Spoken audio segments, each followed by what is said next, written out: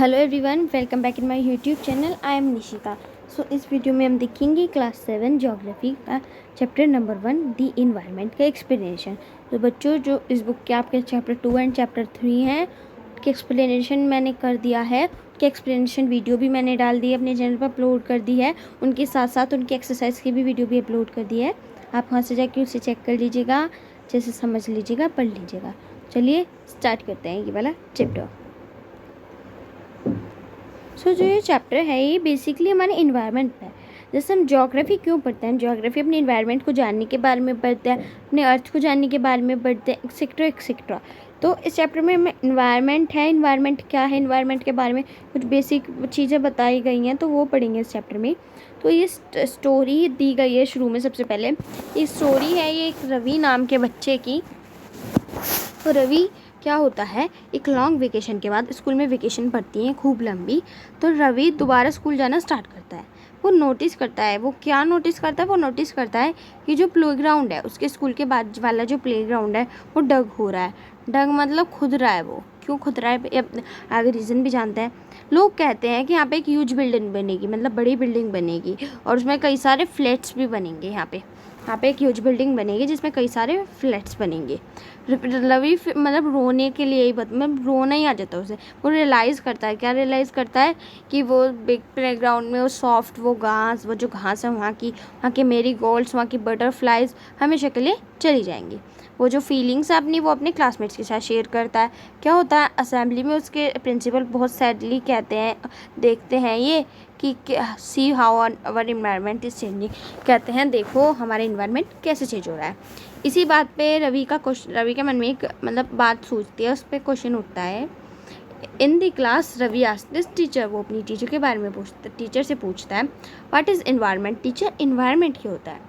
Teacher कहती हैं, whatever you see in your surrounding said the teacher.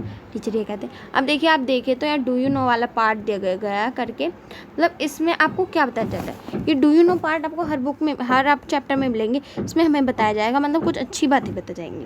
देखिए environment के बारे में बताया, environment is our basic life support system. It provides than we breathe, the water we drink, the food we eat and the land we where live. क्या बताया, environment एक वो जगह लाइफ सपोर्ट सिस्टम है जो हमें एयर देता है ब्रीथ के लिए, खाना देता है, पानी देता है जिसे हम पीते हैं, खाना देता है जिसे हम खाते हैं, और लैंड देता है जहाँ हम रहते हैं। यही टीचर कहती हैं, वट एवर यू सराउंडिंग्स, जो भी आपकी सराउंडिंग है वो सब इन्वायरमेंट है। रवि थॉट अलाउड, रवि तेज कहता है, तेज से सोचता है। दैट मीन्स इसका मतलब ये है, स्कूल की बिल्डिंग भी, टेबल भी, चेयर भी, क्लासरूम भी, मतलब ये जो ओपन फील्ड है इवन, मतलब जबकि ये हालांकि ये ओपन फील्ड भी हमारे इन्वायरमेंट का हिस्सा है, गार्बेज भी, रोड भी, मेरे फ्रेंड भी, हाँ, all the parts of our environment, हाँ ये सभी हमारे इन्वायरमेंट के पार्ट हैं।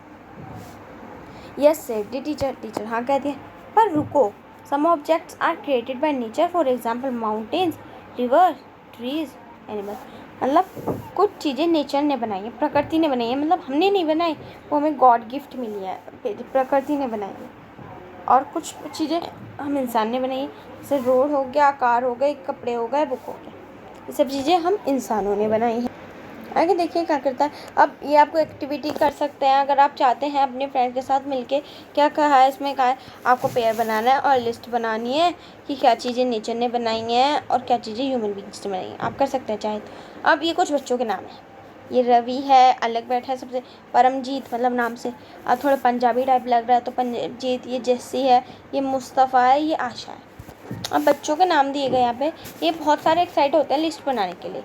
अब क्वेश्चन होता है, वाई इज इन्वायरमेंट चेंजिंग, और इन्वायरमेंट चेंज कैसे होता रहता है, कौन कहता है, इक्वल ये क्वेश्चन उठाता है। It is all because of a need, they are यहाँ पे, they are increasing day by day, we are therefore modifying at times even destroying our nature surrounding. The teacher replied, वो पूछता है कि हमारा जो हमारा इन्वायरमेंट है वो डे बाई डे कैसे चेंज होता रहता है, चेंज कैसा होता है।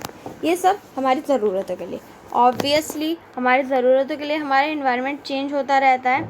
कैसे चेंज होता रहता है ये यहाँ देखते हैं हम, ये डे बाय डे चेंज होता रहता है, बढ़ता रहता है, हम इसे मॉडिफाई करते हैं। कभी कभी तो हम कुछ उसकी चीज़ों को डिस्ट्रॉय कर देते हैं, कभी कभी हम उन्हें अपना बनाते हैं। अपनी नेचुरल चीज़ों को। तो टीचर ये रिप्लाई करती है। फिगर में आप देखिए ये हमारा क्या है, कंपोनेंट्स ऑफ इन्वायरमेंट है। इन्वायरमेंट को किस किसने मिलके बनाया है। हमारे 3 डोमेन्स होते हैं, कौन कौन से, atmosphere, hydrosphere, lithosphere and biosphere, जहाँ पे ये तीनों चीज़ मिलकर बनती हैं। ये आपके जो एटमॉस्फेयर है उसका एक्सप्लेनेशन आपके आगे चैप्टर में आएगा, एयर चैप्टर, उसमें करेंगे। लिथोस्फेयर आपके 3rd चैप्टर में करेंगे। एंड वाटर नाम का तो आपका खुद इस बुक में चैप्टर है, उसमें इसका ऑब्वियसली कर ही देंगे। अभी नेचुरली चीज़ें होती हैं, ठीक है, ये रहा। अब ये ह्यूमन मेड होती है, मतलब ह्यूमन ने बनाई है अपने हाथों से। पार्क हो गया, बिल्डिंग्स हो गए, ब्रिजेस हो गए, रोड्स हो गए, मॉन्यूमेंट्स हो गए, और ये इंडस्ट्रीज हो गई। ओके, अब ह्यूमन मतलब जो ह्यूमन द्वारा बन गई, मतलब किसी पर्टिकुलर इंसान ने नहीं बनाई, वो मतलब वो उनमें ही बनाई गई है, अपने आप वो क्रिएट हुई है, वो पहले से ही हमने गॉड गिफ्ट है। क्या, इंडिविजुअल आदमी खुद, फैमिली अपने आप ही बन जाती है। कोई कहता तो ये तुम फैमिली बन जाओ, तुम भी इसके साथ फैमिली बन जाओ। कम्युनिटी, एक जाति, एक समूह, ग्रुप। रिलीजन, धर्म। एजुकेशनल, पढ़ाई। इकोनॉमिक, ये जो दुकान चाकरी है। पॉलिटिकल सिचुएशन, वो पॉलिटिक्स। अब देखिए इधर क्या है, ये from the above observation you understand that the place, people, things and nature that surrounds और मीन्स इन्वायरमेंट। अब आपने देखा इन्वायरमेंट क्या क्या होता है, ये कॉम्बिनेशन है किस चीज़ का, नेचुरल एंड ह्यूमन का, जिसे हम कहते हैं फोनोमिया। while the natural environment refers to both biotic and abiotic condition existing on the अर्थ पे दोनों कंडीशंस होती है, बायोटिक अबायोटिक।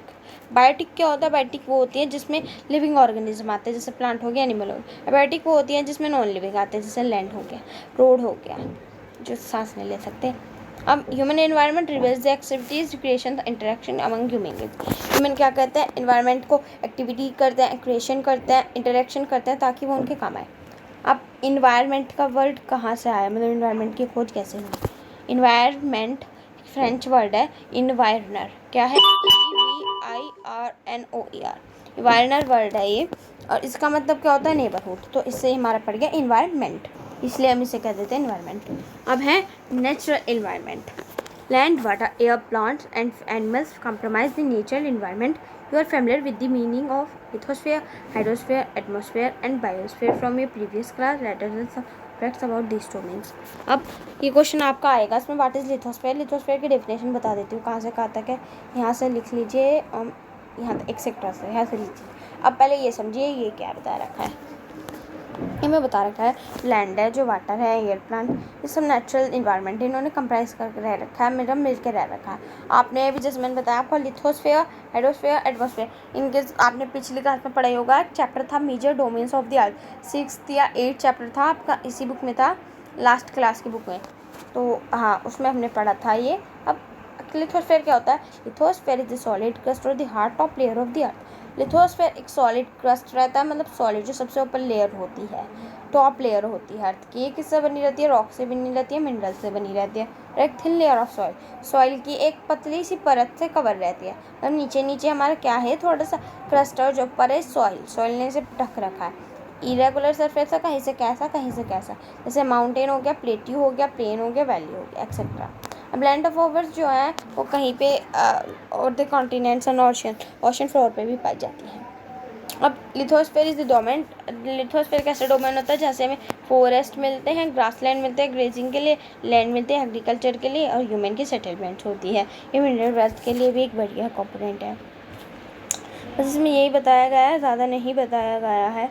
ये आप फिगर आपके टीचर ड्रॉ करने को कह सकती हैं, इसे आप देख लीजिए, वरना आप अगर नहीं हो पाए अपने ड्रॉ आप कॉपी करवा के पेस्ट भी कर लीजिए। डोमेन्स ऑफ द अर्थ हमने पढ़ लिए। हाइड्रोस्फेयर, हाइड्रोस्फेयर क्या होता है, डोमेन ऑफ वाटर, जहाँ पे पानी मिलते हैं, यहाँ पे वाटर बॉडीज मिलते हैं, river, lake, sea, ocean etcetera. Atmosphere, हवा का वो air, thin layer of air that surrounds our earth, हमारी अर्थ जो सराउंड होती है एक थिन लेयर, उसे हम क्या देते हैं, एटमॉस्फेयर। अब जो ग्रेविटेशनल फोर्स होता है उसने ये पकड़ रखी है, एटमॉस्फेयर, मतलब ग्रेविटेशनल फोर्स मतलब जो पकड़ के रखता है, जिससे चिपका रहता है। ये हमें किससे बचाती है, ये बचाती है हमें हार्मफुल रेज से। किसकी हार्मफुल रेज से, हीट की, सन्स की हीट की। इसमें बहुत सारी गैसेज होती है, डस्ट होती है, वाटर वेपर भी होती है। ये वेदर और क्लाइमेट के साथ साथ चेंज होता रहता है एटमॉस्फेयर हमारा।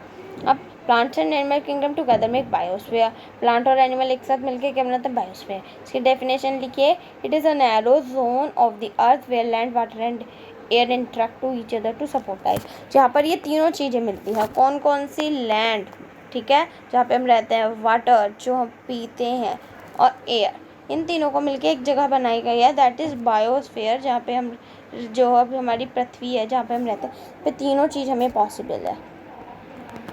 इकोसिस्टम क्या होता है?